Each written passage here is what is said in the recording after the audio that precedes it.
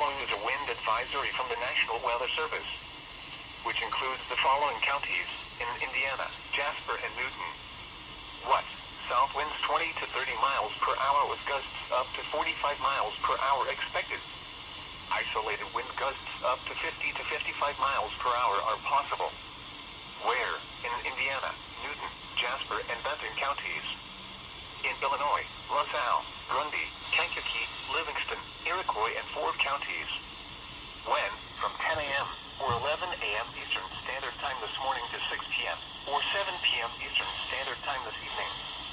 Impacts: gusty winds could blow around unsecured objects. Small tree limbs may be blown down and a few power outages may result. Travel will be difficult for high-profile vehicles, especially on west to east roadways. Use extra caution when driving, especially if operating a high-profile vehicle. Secure outdoor objects. The following is a special weather state